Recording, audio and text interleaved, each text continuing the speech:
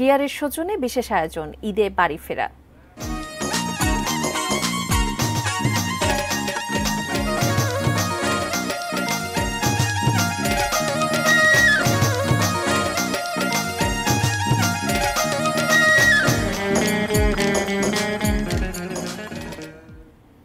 রাজধানী ছাড়ছে মানুষ।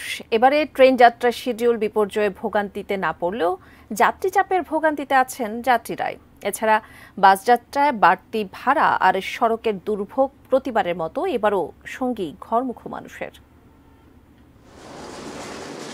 পরিবারের সাথে প্রথমবারের মতো ট্রেন যাত্রা, তাই বাবা চাচার সাথে তা ফ্রেমবন্দি করা। আমি আজকে প্রথমবার চড়ছি, দাদু আমি ঈদ করতে আসছি।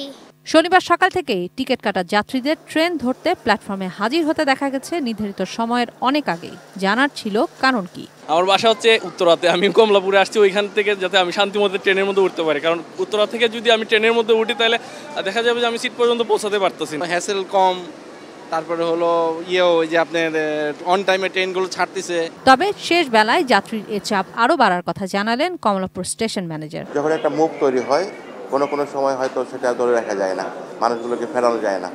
তবে ওই যেটা বললাম যে আমাদের ব্যবস্থাপনাটা ধাপে ধাপে সাজানো, যে যেভাবে খুশি ইচ্ছে করে যেতে পারেন। এদিকে গাবতলীতে অন্যান্য দিনের মতোই যাত্রী ছিল স্বাভাবিক, তবে সায়দাবাদ কিংবা মহাখালী টার্মিনালে যাত্রী উপস্থিতি বেশি। কিন্তু তারা তো ভাড়া যাচ্ছে দ্বিগুণ ভাড়া। আগের ভাড়া ছিল নরমালি সোনার বাংলা 500 টাকা। মহাখালী টার্মিনালে বিভিন্ন রুটে আজও প্রায় দ্বিগুণ ভাড়া গুনতে দেখা গেছে যাত্রীদের। সায়দাবাদ টার্মিনালে বাড়তি ভাড়ার অভিযোগ না মিললেও বাস ধরতে আসতেই ভোগান্তিতে পড়তে হচ্ছে বেশ। ফ্লাইওভারের নিচে যত্রতত্র বাস থামিয়ে রাখায় মালামাল আর পরিবার পরিজন নিয়ে দীর্ঘ পথ হেঁটে আসতে হয়েছে ঘরমুখো মানুষদের। মেট্রোলে কইরা যতক্ষণ আসছি ততক্ষণ শান্তি ছিলাম, এরপরে যখন আসছি এরপর থেকে কি বলতাম, এত পরিমাণ জ্যাম, পরে হেঁটেই আসছি। জুরাইন থেকে একটু পর্যন্ত আসছি 2 ঘন্টা লাগছে আমার।